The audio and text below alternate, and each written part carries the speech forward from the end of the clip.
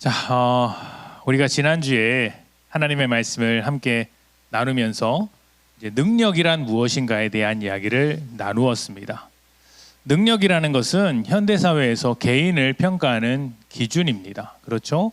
어딜 가든지 그 사람이 능력 있느냐, 능력 없느냐를 가지고 평가를 합니다. 성과를 내는 사람, 결과를 낼 수 있는 사람, 그리고 성과를 낼 만한 사람, 결과를 낼 수 있을 만한 조건이나 실력을 갖춘 사람을 우리는 보통 훌륭한 사람이라고 평가를 하죠. 현대사회는 어떤 사회라고 했습니까? 능력이 곧 정체성이 되는 사회라고 이야기를 나누었습니다. 이런 흐름들이 교회 안에 들어와서 성령의 능력에 대한 생각을 오해하게 만들었습니다. 왜곡시켰던 것이죠.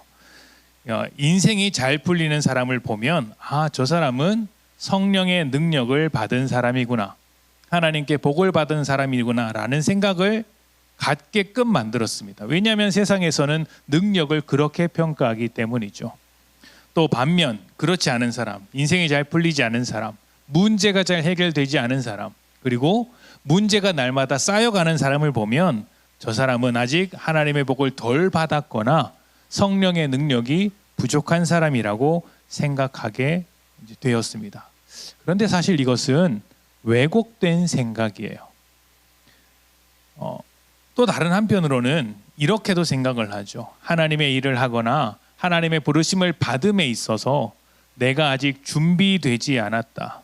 예를 들면 내가 아직 말을 못하는데, 능력이 없는데, 할 만한 시간이 없는데 이러저러한 조건과 이유로 인해 부족하기 때문에 내가 하나님의 일을 할 수 없다. 하나님께서 부르신 자리로 나아갈 수 없다. 나는 그냥 살기에 바쁘다라는 생각을 가질 때도 있습니다. 의구심을 품는 것이죠. 자신에 대하여. 이런 모든 것이 사실은 세상의 흐름을 따라가기 때문에 나오는 생각들입니다. 세상은 능력을 가지고 그 사람을 평가하기 때문이죠. 그러나 성경은 다릅니다. 성경은 우리의 능력이 아니라 성령의 능력이 우리를 통하여 나간다라고 이야기를 합니다. 그래서 우리가 앞에서 말씀드린 이야기들을 하게 된다면, 그러니까 내 능력이 부족해서라든지 아니면 잘 되는 사람을 보고 그 사람에게는 어떤 능력이 있을 것이다, 성령의 능력이 있을 것이다 라고 말하는 것은 사실은 성령의 능력보다 내 능력을 더 신뢰하고 있는 거예요. 그러니까 내 능력이 부족하니까 성령님께서 나를 통하여서 일하실 수 있다는 생각을 하지 못하는 것이죠. 그리고 조금 더 나아가서 내가 내 능력을 더 키우기 위해서 혹은 더 많은 능력을 얻기 위해서 성령님께서 나를 돕는 것이라고 오해할 때도 있습니다. 그렇게 직접적으로 말하지 않지만 살아가는 모습 속에서 그런 모습들이 드러나는 것이죠. 성령님께서 나를 돕는 것은 맞습니다. 그러나 왜 돕느냐가 중요한 것이죠. 내가 이 세상에서 더 능력 있는 사람으로 살아가기 위해 성령님께서 나를 돕는 것이 아니라 성령님께서 나를 도우실 때는, 능력 있게 하실 때는 그 나름대로의 목적이 있다는 것입니다. 지난주에 살펴본 것이 이런 것이었죠. 성령의 능력이 곧 무엇이었습니까? 말씀의 능력이었어요. 복음이었죠. 복음을 전하지 않고는 견딜 수 없는 상태로 만드는 것이 성령의 능력입니다. 그래서 성령을 받은 사람들이 가장 먼저 했던 것이 말을 하는 것이었어요. 아무 말이나 하는 것이 아니라 하나님의 일을 말하기 시작했다. 그래서 예수의 증인으로서 증언을 시작하게 되었다라는 것입니다. 성령님의 목적은 바로 여기에 있습니다. 우리를 증인으로 만드는 것, 하나님의 일을 고백하는 증인으로 만드는 것이죠. 그런데 중요한 것은 내가 능력이 있어서, 내가 실력이 있어서 증인이 되는 것은 아니라는 것입니다. 성령께서 우리를 증인으로 만들어 가신다는 것이죠. 우리가 사도행전 1장과 2장 말씀을 계속해서 살펴보고 있습니다. 반복해서 드리는 이야기인데요. 부활하신 예수님께서 제자들을 만나셨습니다. 그들은 십자가 앞에서 예수님을 버렸던 사람들이죠. 그 제자들을 다시 불러 모아서 하나님의 말씀을 가르치기 시작했습니다. 사실 이 실력적으로 따지면 제자들은 실력 있는 사람들이라고 할 수는 없습니다. 제자들이 갖춰야 할 실력이 어떤 것들이 있을까요? 스승의 말을 듣고 그대로 실천하는 능력, 스승이 하라는 대로 잘 하는 능력, 그 누구보다 스승의 뜻을 잘 이해하고 스승이 없을 때 사람들에게 스승의 가르침을 전할 수 있는 어떤 것을 가지고 제자들이 가지고 있는 실력이라고 말할 수 있지 않겠습니까? 그렇게 보면 제자들은 실력이 없는 제자들이었어요. 예수님의 말씀도 이해하지 못하고 예수님의 말씀대로 살지 않으며 예수님의 말씀을 사람들에게 잘 전달하는 사람도 아니었습니다. 이런 실력으로 따진다면 그들은 형편없는 사람들이죠. 버림받아도 사실 할 말이 없습니다. 왜냐하면 그들이 먼저 예수님을 버렸기 때문입니다. 예수님께서 찾아와서 너희는 왜 나를 버렸니? 왜 나를 배신했니? 라고 하면서 이렇게 심판을 하셔도 할 말이 없는 상황이죠. 그런데 예수님은 그들을 버리지 않으셨습니다. 다시 찾아오셔서 불러주셨고 그들의 사명과 그들의 부르심을 회복시켜 주셨습니다. 왜 그렇게 하셨죠? 그들의 인생을 포기하지 않는 하나님의 깊은 사랑 때문입니다. 내가 나를 버렸던 너희를 위해 십자가를 졌다. 내 뜻을 이해하지 못한다고 해서 내가 너희를 포기하지 않는다. 다시 한번 너희를 가르칠 것이다. 변화시킬 것이다. 이야기를 하시는 것입니다. 자, 그렇다면 여러분, 실력 없는 제자들에게 필요한 것은 무엇일까요?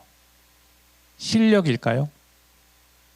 실력 없는 제자들에게 실력을 갖게 하면 그들은 제자로서의 삶을 살아갈 수 있을까요? 사실 그동안 살펴본 것처럼 예수님은 제자들에게 실력을 갖춰라, 능력을 갖춰라, 힘을 내라, 계획을 세워라 이런 말씀을 하지 않으셨습니다. 가장 먼저 하셨던 말씀이 무엇이냐면 기다려라 였습니다. 기다려라. 아무것도 하지 말고 지금은 기다려라. 그리고 나서 사도행전 1장 8절 말씀을 하시죠. 사도행전 1장 8절 말씀을 다시 한번 다 같이 읽어봅시다. 자, 시작.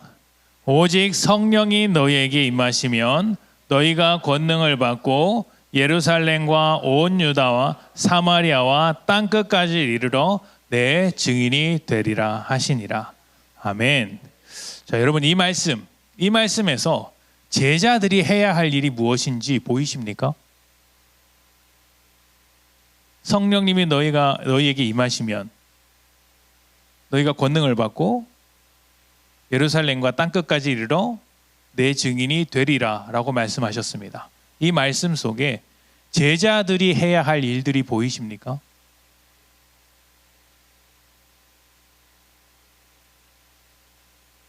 보이십니까? 보이신다고요? 대단하신데요? 저는 못 봤기 때문입니다. 이 말씀을 줄이면 이제 중간에 있는 내용을 빼고 앞뒤를 붙여보면 성령님이 임하시면 너희가 내 증인이 되리라 라는 말씀이시죠. 이게 무슨 말이냐면 성령님이 임하시면 너희가 증인이 되도록 하여라가 아니라는 것입니다. 성령님이 임하시면 너희가 증인이 될 수 있도록 열심히 노력해라 라고 말씀하지 않으셨습니다. 성령님이 임하시면 너희는 증인이 된다라고 말씀하셨어요. 이 차이를 구별하셔야 돼요. 이게 무슨 말이냐면 앞으로 교회가 세워지고 복음이 전파될 텐데 제자들아 열심히 해라, 실력을 키워라 라고 말씀하지 않으셨다는 것입니다. 성령님이 오시면 너희가 증인이 된다라고 하셨죠. 이 말씀에서 주체는, 그러니까 어떤 일을 해야 하는 주체는 제자들이 아니라 성령님이라는 거예요. 성령님이 오시면 너희에게 임하시면 너희를 변화시켜 너희를 새롭게 해서 너희가 증인이 된다. 너희가 스스로 증인이 되는 것이 아니라 성령님께서 너희를 증인으로 만들어 가신다라는 이야기를 하시고 계시는 거예요. 이 말씀에는 증인에 관한 아주 본질적인 의미가 하나 숨겨져 있습니다. 우리가 지금 증인이 되어야 한다, 증인으로 살아내야 한다, 증인으로 실력을 가져야 한다, 우리가 할 일이 있다라고 생각하고 있는데 사실은 그것은 어쩌면 세상의 흐름에 따라서 나오는 생각일 수도 있습니다. 내가 그렇게 되어야 하기 때문에 잘해야지, 실력을 갖춰야지, 능력 있는 사람이 되어야지, 말씀 공부 많이 해야지, 기도 많이 해야지. 나쁜 것들이 아닙니다. 좋은 것들이죠. 해야 하는 것입니다. 그런데 마치 그렇게 내가 열심히 하면 증인이 될 수 있는 것처럼 성령님의 일하심을 배제하는 경우가 많다는 것입니다. 노력이 필요 없다거나 그런 열심들이 필요 없다는 이야기를 드리는 게 아닙니다.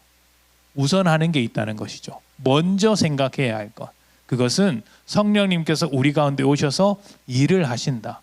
주체는 성령이라는 것입니다. 예수님께서 제자들을 증인으로 부르셨습니다.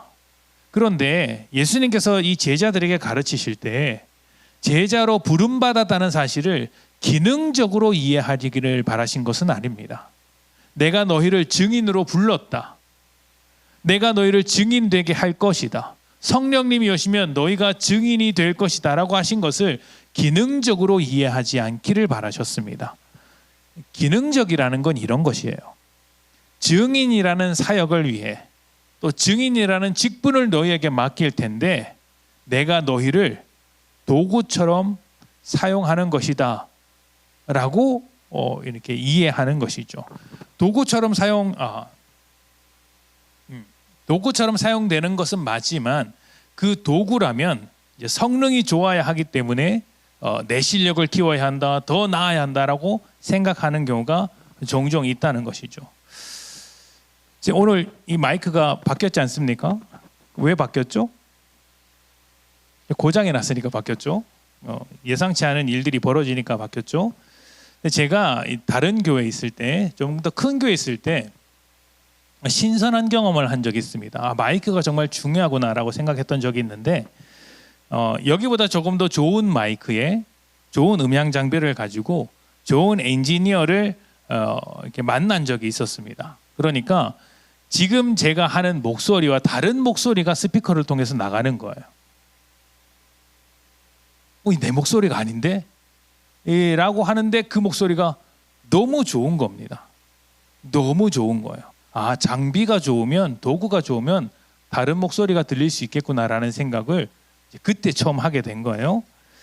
증인이 기능적이라면 예수님께서 우리에게 기능적으로서 증인이라는 일을 맡기셨다면 이것은 사역이고 그 사역이 우리의 중심이 되어서 우리는 좋은 증인이 되기 위해 실력을 갖추어야 합니다. 그렇겠죠. 우리가 도구로서만 부름을 받았다면 우리는 복음을 전하는 도구로서 우리가 좋은 실력을 갖추도록 좋은 도구가 되도록 노력해야 합니다. 그런데 예수님은 제자들의 실력을 강조한 적이 별로 없습니다. 예수님은 제자들의 실력과 능력을 이렇게 필요로 하신 적이 별로 없습니다. 너희가 실력이 있어야 성령님이 오시면 증인이 된다라고 말씀하지 않으셨어요. 왜 그럴까요? 증인은 기능적인 것이 아니라 정체성이기 때문입니다. 정체성은 실력으로 만들어지는 것이 아닙니다. 정체성은 변화로 만들어지는 거예요. 변화가 없으면 정체성이 바뀌지 않습니다. 성령님을 기다리라고 했던 것은 성령님께서 우리를 변화시킬 것이기 때문입니다. 그 변화가 우리를 증인으로 살아가게 만들어내는 것입니다. 변화된 우리가 성령님을 따라 살아갈 때 하나님의 은혜와 사랑을 날마다 경험할 때 그 경험이 우리를 증인으로서 고백하게 만드는 것입니다. 여러분, 베드로를 한번 생각해 봅시다. 사도행전 1장 그리고 2장에는 베드로의 아주 중요한 모습이 한 가지 나옵니다. 베드로는 예수님과 가장 자주 충돌했던 제자 중에 한 사람입니다. 십자가 앞에서 3번이나 부인했죠. 그 부인하기 전에도 예수님의 말씀을 이해했던 순간이 없습니다. 단언코 없습니다. 예수님께서 십자가의 죽음과 부활을 처음 말씀하셨을 때 베드로는 그렇게 하시면 안 된다라고 항변했던 사람입니다. 대표적으로 충돌했죠. 예수님은 낮은 자리로 가라고 하셨을 때 베드로는 높은 자리에 올라가고 싶다라고 말했던 사람입니다. 단 한 번도 예수님의 뜻을 따랐던 적이 없어요. 특히 예수님께서 죽으셨을 때 그들은 그 죽음이 두려워서 두려움에 떨면서 부활을 기다린 적이 없습니다. 이 베드로는 예수님의 부활을 기대하지도 않았고 소망하지도 않았습니다. 부활하신 예수님을 만난 뒤에는 어떻게 되었을까요? 그의 정체성, 예수님 안에서 예수님을 부인했던 그 어떤 마음의 부담감이나 상처들이 회복되었습니다. 회복되었지만 여전히 갈피를 잡지 못하는 모습을 많이 보여줍니다. 저 사람은 어떻게 됩니까? 라고 하면서 자신의 길을 제대로 들여다보지 못하는 모습을 보였죠. 그런 베드로가 언제 제 정신을 차리고 주님의 길로 가게 되었을까요? 사도행전 1장 그리고 2장에서 성령님이 오셨을 때입니다. 성령님이 오셨을 때 그리고 성령님이 충만케 되자 베드로가 변화되었습니다. 변화된 정체성을 갖게 된 것이죠. 그리고 그때부터 자신이 3번이나 부인했던 저주하기까지 부인했던 예수님의 십자가를 공개적으로 선포하기 시작했습니다. 그 한순간이었어요. 그리고 예수님을 죽였던 사람들 앞에서 회개하라고 선언했습니다. 그가 똑똑해져서 실력이 생겨서 그랬겠습니까? 아닙니다. 그는 똑같았으나 성령님께서 그를 통하여 역사하기 시작하는 것이죠. 성령님께서 만들어내신 변화입니다. 이런 변화는 베드로뿐만 아니라 모든 제자들에게 똑같이 찾아온 것입니다. 베드로가 그런 제자였다면 그 이전에 다른 제자들도 모두 예수님을 이해하지 못하는 제자였을 것입니다. 그런데 사도행전 그 성령의 오심 이후로 제자들이 변하기 시작합니다. 도망쳤던 사람들 앞에서 예수님을 고백하기 시작하고 그때부터 급진적으로 변화되기 시작합니다. 여러분, 이 성령님이 오신 것 그리고 부활의 이 경험이 얼마나 대단하냐면 성경을 인정하지 않고 예수를 믿지 않는 사람들도 이 사건을 인정은 한다고 합니다. 어떤 인정이냐면 내가 예수님의 부활과 어떤 성령 이런 것을 믿지는 않는데 지금 제자들이 보여준 이 극단적인 변화는 어떤 특별한 사건이 아니면 신뢰할 수 없다는 것, 일어날 수 없는 일이라는 것을 인정한다는 것입니다. 그래서 적어도 이 성경에 나오는 제자들은 예수님의 부활을 실제로 믿었다라고 고백을 해요. 예수님을 믿지 않는 사람들이, 우리가 말하는 게 아니고, 물론 그들이 예수님의 부활을 믿는지 안 믿는지와 상관없이 이 성경에 나오는 이 기록은 확실히 제자들은 부활을 믿었다, 뭐 어떤 일이 있었다라고 고백을 하는 것이죠. 왜 그렇게 고백을 하죠? 변화가 보이기 때문입니다. 성령님은 변화를 만들어내시는 분이시죠. 성령님은 필요하다면 능력을 주십니다. 그리고 제자들 중에서는 실력과 능력을 가진 사람도 있습니다. 오늘 우리가 보고 있는 이 사도행전 그리고 누가복음을 쓴 누가 같은 경우에는 당시 의사로서 꽤 학식을 갖추었다고 보고 있습니다. 또 성경에 나오는 바울이나 아볼로 같은 경우는 다른 사람들에 비해서, 다른 제자들에 비해서 아주 뛰어난 이제 지식을 가지고 있었던 것으로 보입니다. 그러나 다른 모든 제자들이 그런 실력을 가지고 있었던 것은 아닙니다. 성령을 받은 뒤에도 충돌하는 모습을 보이고 넘어지는 모습도 많이 보였습니다. 중요한 것이 무엇이죠?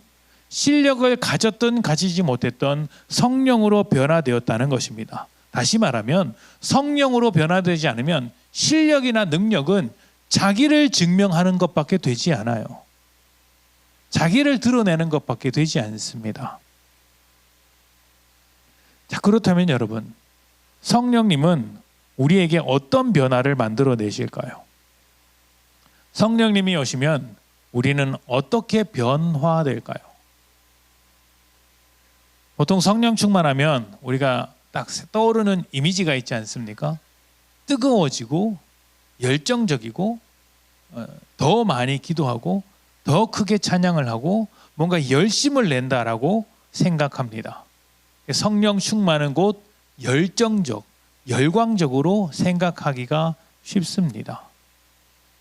물론 성령님께서 그렇게 일하시죠. 필요하다면 우리를 뜨겁게 만드실 것입니다. 특히 냉담함에 빠져서 갈 길을 가지 못하는 사람이라면, 주님의 은혜와 역사에 대하여 아주 냉담한 시선으로 바라보는 사람이라면 그 사람의 마음속에 불을 지펴서 주님을 새롭게 바라보게 하는 역사를 만들어내실 수 있는 분입니다. 그러나 다른 한편으로는 너무 과한 열정에 사로잡혀서 주님보다 앞서가는 사람이 있다면 속도를 조절하기 위해서 차갑게 만드는 것도 성령님의 역할인 거예요. 왜냐하면 성령님은 주님과 발맞춰 가도록 인도하시는 분이기 때문입니다. 능력이 없는 자에게는 능력을 주시지만 능력을 신봉하는 자에게는, 능력을 지나치게 의지하는 자에게는 그 능력으로 인해 좌절을 겪게도 하실 수 있는 분이라는 것이죠. 여러분, 성령님은 기계가 아닙니다. 성령님은 자판기가 아니에요. 인격입니다.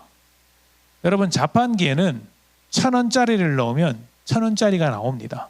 그렇지 않습니까? 10,000원짜리를 넣으면 만 원을 넣으면 10,000원짜리 물건이 나옵니다. 기계죠. 값을 입력한 대로 결과가 도출되는 것, 이것은 기계입니다. 사람은 안 그래요. 1,000원을 주면 500원짜리만 주는 경우도 있습니다. 10,000원을 주면 100만 원짜리를 돌려주는 사람도 있습니다. 그것은 그 사람의 뜻이 있기 때문이겠죠. 성령님이 인격이라는 것이 바로 그렇습니다. 뜻이 있기 때문에 그 뜻에 따라서 우리에게 각각 다르게 일하실 수 있다는 것입니다. 어떤 사람에게는 뜨겁게 역사하시지만 어떤 사람에게는 차갑게 역사하실 수 있다는 것이죠. 중요한 것은 그 성령님의 일하심이 무엇을 만들어내는가, 어떤 변화를 만들어내는가 하는 것에 있습니다. 성령님께서 만들어내시는 변화는 결국 정체성이 달라지는 거예요. 내가 내 자신을 예수 믿는 사람으로 인식하기 시작했다는 것입니다. 작년 우리 교회 표어가 무엇이죠? 벌써 잊으신 건 아니시죠? 거룩의 문을 열고 회복으로 들어가라. 들어가자가 아니고 들어가라입니다. 이것은 무엇에 관한 표였을까요? 정체성이었어요. 거룩의 문을 열고라는 것은 거룩한 정체성으로 들어가자라는 이야기였습니다. 우리가 거룩한 정체성을 가지게 될 때 우리의 삶의 회복이 일어난다라는 것이었습니다. 거룩한 정체성이란 무엇이죠? 거룩이라는 것은 세상과 구별된 존재를 말하는 것입니다. 세상이 규정한 삶을 살아가는 것이 아니라 하나님의 형상으로서의 삶을 살기 시작하면 그것이 거룩한 정체성을 가진 사람이에요. 그래서 우리의 방향이 세상과 달라야 한다라는 것을 이야기했죠. 얼마나 잘하고 있느냐, 문을 활짝 열고 더 깊이 들어갔느냐와 다른 문제인 것입니다. 문을 열고 한 발짝 들어갔으면 그것은 거룩한 정체성을 갖기 시작한 거예요. 아직 완성되지는 않았지만 우리 안에는 거룩한 정체성이 일하고 있다. 그 정체성의 방향대로 살아가는 것이 필요하다는 것, 세상과 다른 방향으로 살기 시작했다는 것이 성령님이 만들어낸 변화라는 것입니다. 어떤 변화가 있을까요? 대표적으로 우리는 세상 사람들과 다르게 일요일을 주일로 지킵니다. 지금 세상 사람들은 늦잠을 자고 뒹굴뒹굴하고 놀러 가고 싶은 곳에 가고 아니면 TV를 켜거나 휴대폰을 보고 있겠지만 여러분은 이 자리에 와서 아주 긴 시간 동안 지루한 말씀을 참으면서 듣고 있지 않습니까? 정말 그렇습니까? 삐질 뻔했습니다. 또 믿음 생활을 할 때 세상 사람들은 이 종교 생활, 믿음 생활을 나를 위해 마음의 안식을 얻는 정도로만 생각을 합니다. 이 복잡한 세상에서 바쁘게 살다가 잠깐 마음의 평안을 얻기 위해서 명상하러 오듯이 이 자리에 오는 것으로 합니다. 그런데 우리는 어떻게 합니까? 예배를 통하여서 내 삶 전체를 하나님 앞에 드리기 위해 예배를 드리는 거예요. 내가 누리기 위해서가 아니라, 누리는 것도 있겠지만 그 누리는 것이 아니라 그 누림을 넘어서 나를 드리기 위해서, 다르게 살기 위해서 이 예배를 드리기 시작했다는 것입니다. 내 시간을 사용할 때도, 내 물질을 사용할 때도, 내가 관계를 맺을 때도 이제는 나를 중심으로 하는 것이 아니라 하나님을 중심으로 하게 됩니다. 이런 변화를 만들어내는 것이 성령님의 일하심인 거예요. 거룩한 정체성을 가진 사람들의 모습이죠. 얼마나 잘하느냐를 말하는 것은 아닙니다. 그 방향으로 조금씩 가고 있느냐를 이야기하는 거예요. 그렇게 거룩한 정체성을 우리는 또 다른 말로 하나님의 형상이라고도 말을 하죠. 형상이라는 건 여러분 모방품을 말하는 거예요. 복제품, 모방품. 우리가 어떤 사람의 형상을 만들 때 그 사람의 모습을 따서, 본 따서 만들지 않습니까? 우리가 하나님의 형상이라는 것은 눈, 코, 입, 외모를 말하는 것이 아니라 우리의 존재가 하나님을 모방해서 만든 존재라는 것입니다. 그런데 그 하나님이 어떤 하나님이시죠? 우리를 위해 자신을 내려놓으신 사랑의 하나님, 죄인들에게 은혜를 베푸시는 하나님이라는 것입니다.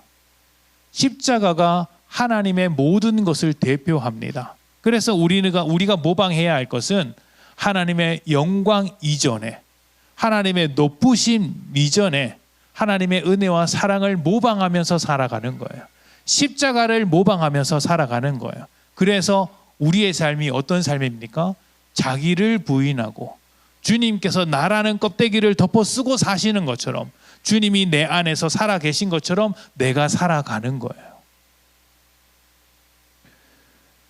일밖에 모르는 사람이 건강에 문제가 생기거나 죽을 고비를 넘기게 되면 그때부터 일을 멈추고 가족이나 주변 사람들을 돌아보기 시작하는 경험들을 하게 됩니다. 인생에서 특별한 경험을 하면 변화가 일어난다는 것이죠. 성령님이 우리에게 어디서도 찾을 수 없는 특별한 경험을 주시는 분이십니다.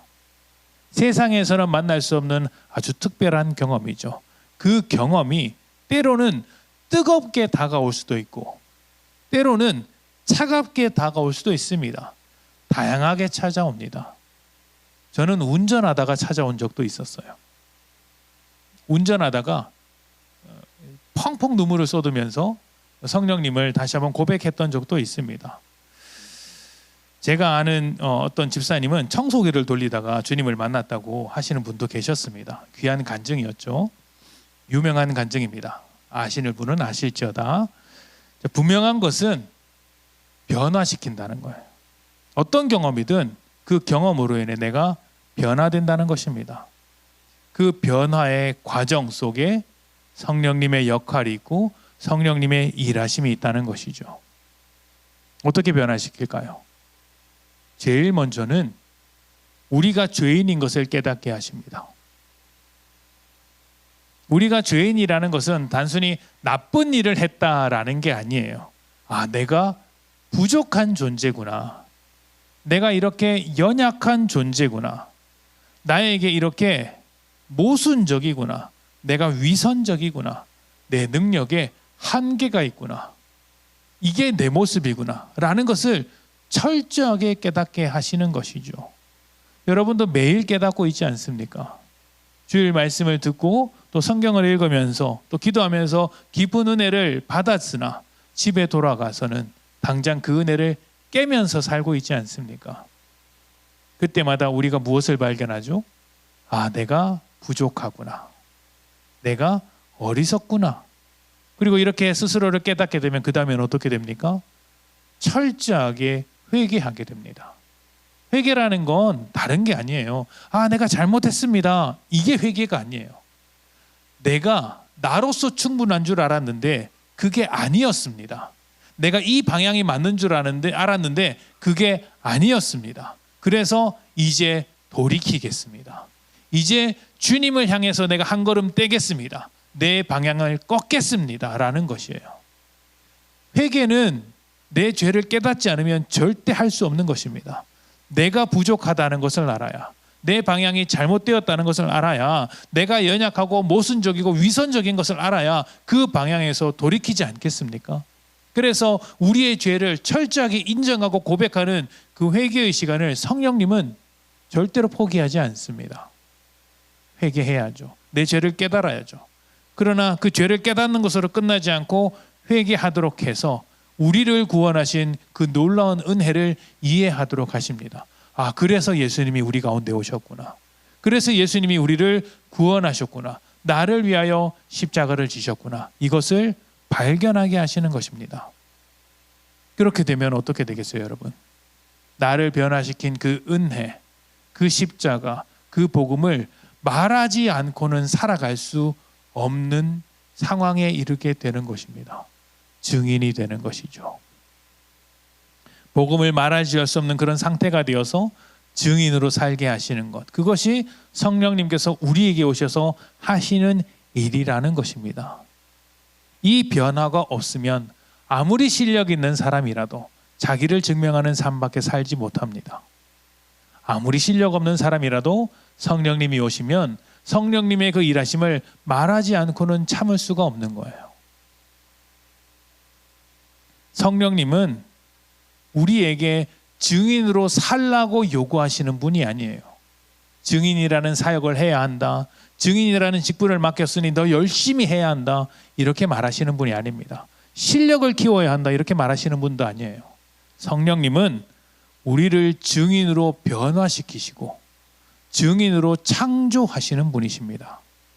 이 차이를 아셔야 합니다. 그렇다면 그러한 성령님의 일하심 앞에서 우리는 어떻게 해야 할까요? 성령님은 우리 가운데 일하실 것입니다. 우리를 변화시키시고 우리의 죄를 깨닫게 하시며 우리에게 주시는 그 놀라운 하나님의 은혜를 발견하게 하실 것입니다. 고백하게 하시겠죠. 어떻게 해야 할까요? 예수님의 말씀처럼 기다려야 합니다. 기다리라고 말씀하셨잖아요. 기다려야 합니다. 이 기다림은 아무것도 하지 않는 것을 말하는 것이 아니에요. 아무것도 하지 않고 그 자리에 멈춰서 그냥 관망을 하고 있는 것이 아니라 능동적으로 수동적인 존재가 되는 거예요. 말이 좀 이상하게 들릴 수 있겠지만 능동적으로 수동적인 존재가 되는 거예요. 능동적이라는 것은 내 뜻을 포기하는 것입니다. 적극적으로 내 뜻을 포기하는 것이죠. 수동적이라는 것은 무엇일까요? 성령님을 따르겠다는 순종을 말하는 것입니다. 내가 능동적으로 내 뜻을 포기하고 성령님을 따라가겠다. 성령님께서 인도하시는 대로 내가 수동적인 인생이 되겠다라고 결정하는 것이죠. 나의 능력을 키우기 위해 성령님을 도구처럼 사용하는 것이 아니라 성령님의 능력을 발휘하기 위해서, 성령님께서 나를 통해 능력을 발휘하시도록 내가 도구로서 살아가는 것이에요. 여러분, 도구가 아무리 좋아도 도구를 사용하는 사람이 엉망이면 결과는 나쁩니다. 그렇지 않습니까? 내가 성령님을 도구로 사용하는 것과 성령님이 나를 도구로 사용하는 것 중에 무엇이 더 좋은 결과를 내겠어요? 내가 성령님을 도구로 사용하는 것과 성령님이 나를 도구로 사용하는 것 중에 무엇이 더 좋겠습니까? 그 결과는 비교할 수 없죠. 사도행전 2장 4절을 한번 봅시다.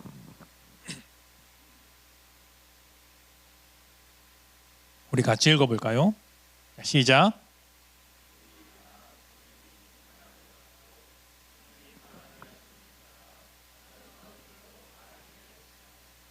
아멘. 성령의 충만함을 받았을 때 제자들은 자신의 실력껏 말했던 것이 아닙니다. 자신의 능력껏 말했던 것이 아니에요. 무엇을 따라 말했습니까? 성령의 말하게 하심을 따라, 성령님께서 말하게 하심을 따라 말을 한 것이었습니다. 우리의 삶에는 영적 전투가 자주 벌어집니다. 영적 전투가 어디서 벌어집니까? 어디서 벌어질까요? 집에서 벌어집니까? 그렇군요. 네. 집에서도 벌어지고 교회에서도 벌어지고 이제 세상에서도 벌어지고 국가에서도 벌어지고 우리 사회 이웃들 속에서도 벌어지겠죠. 우리는 자꾸 밖에서 벌어진다고 생각을 해요. 영적 전투가 말이죠. 그래서 다른 사람을 대상으로, 다른 단체를 대상으로, 다른 누군가를 대상으로 싸움을 벌이는 것이라고 생각을 합니다. 맞습니다. 밖에서 벌어지죠. 그런데 밖에서 벌어지는 싸움보다 훨씬 더 많이 우리 안에서 벌어집니다. 우리 안에서 영적 전투를 벌어집니다. 영적 전투가 벌어지는 거예요. 밖에서 누군가와 다툼이 사실은 내 안에서 벌어지는 싸움이라는 것이죠. 누가 나를 찌를 때 찌르지 못하도록 하는 것이 싸움일 수 있겠으나 그 찌르는 것을 내가 어떻게 받아낼 것인가도 싸움인 거예요. 영적 전투는 내 안에서 훨씬 더 많이 일어납니다. 그런데 그런 생각을 해본 적이 있으십니까? 왜 예수님은 우리를 영적 전투 가운데 두셨을까요? 우리는 예수를 믿는데 왜 그렇게 많은 영적 전투를 벌여야 할까요? 다시 말하면 예수를 믿는데 왜 그렇게 갈등을 할까요? 왜 우리 마음속에는 그렇게 유혹이 많이 찾아올까요? 또 우리에게 유혹이 많다는 것을 하나님은 분명히 아실 텐데 왜 안 막으실까요? 이런 것들과 싸우는 것이 분명 영적 전투인데 이 영적 전투를 왜 하나님께서 막아주지 않을까요? 우리가 유혹에 빠지는 것을 지켜보고만 계시는 것 같을 때가 많은데 왜 그렇게 하시냐는 말입니다. 하나님은 우리의 자유를 결코 훼손할 생각이 없으십니다. 오히려 다르게 반응하시죠. 너희는 자유로운 존재니 그 자유를 잘 사용하기를 원한다. 이것이 하나님의 생각입니다. 그래서 자유를 통제하지 않고 자유를 사용하는 법을 알려주세요. 그것도 강제로 하지 않고 설득하시는 거예요. 이렇게 살아가는 것이, 이렇게 하는 것이 너에게 훨씬 더 복되다는 것을 말씀을 통해서, 성경을 통해서, 사람을 통해서 끊임없이 가르쳐 주시고 공급하시는 것이죠. 유혹을 당할 때도 그 유혹을 이길 수 있도록 유혹이 가지고 있는 정체, 죄의 정체와 결과를 계속해서 가르쳐 주십니다. 그리고 더 나은 길을 우리에게 가르쳐 주시죠. 그리고 그 더 나은 길을 선택하기를 바라시는 거예요. 실패하더라도, 유혹을 당해서 실패할 수 있겠죠. 실패하더라도 버리지 않습니다. 다시 일어서라고 하시며 다시 한번 길을 열고 우리를 인도해 주시는 것이죠. 이것이 하나님의 방법입니다. 그래서 성령님의 역사에는 항상 우리의 결단이 필요로 해요. 성령님께서 우리 안에서 역사하실 때, 우리에게 말씀하실 때, 인도하실 때 결단이 필요합니다. 어떤 결단이죠? 능동적인 순종이 필요하다는 거예요. 나의 뜻을 내려놓고 주님의 뜻을 따라가고자 하는 그 순종의 결단, 그것이 우리에게 필요하다는 것입니다. 여러분, 성령님은 지금도 우리 가운데 역사하고 계십니다. 뜨거움으로만 역사하실 것이 아니라 이 말씀을 전하고 있는 이 순간에도 말씀이 성령님과 함께 여러분 안에서 역사하고 계십니다. 우리가 느끼는 그 순간에도 역사하시지만 느끼지 못하는 순간에도 동일하게 역사하고 계십니다. 분명히 깊은 곳에서 일을 하고 계실 거예요. 성령님의 일하심 앞에서 우리가 할 수 있는 일은 딱 한 가지입니다. 성령님께 주도권을 내어드리는 것이죠. 여러분은 성령님께 주도권을 내어드리고 있습니까? 아니면 그 주도권을 꼭 붙잡고 있습니까? 혹시 여러분의 삶을 쪼개어서 여기까지만 가져가십시오, 여기부터는 내 것입니다라고 나누어서 살고 있는 것은 아닙니까? 성령님은, 하나님은 우리의 전부를 원하십니다. 우리의 모든 것을 하나님의 뜻대로 살아가기를 원하고 계세요. 여러분은 어떻게 살아가고 있습니까? 이 시간 여러분이 하나님 앞에 주도권을 내어 드릴 수 있다면 바로 그 순간 성령님께서 우리를 통해 일하실 것입니다. 그리고 성령님께서 일하실 때 우리가 세상 가운데 예수 그리스도의 증인이 될 것입니다. 이 말씀을 통하여서 여러분이 성령님의 인도하심 앞에 결단할 수 있기를, 내 모든 삶의 주도권을 내어 놓을 수 있기를 축복합니다. 우리 함께 기도하겠습니다.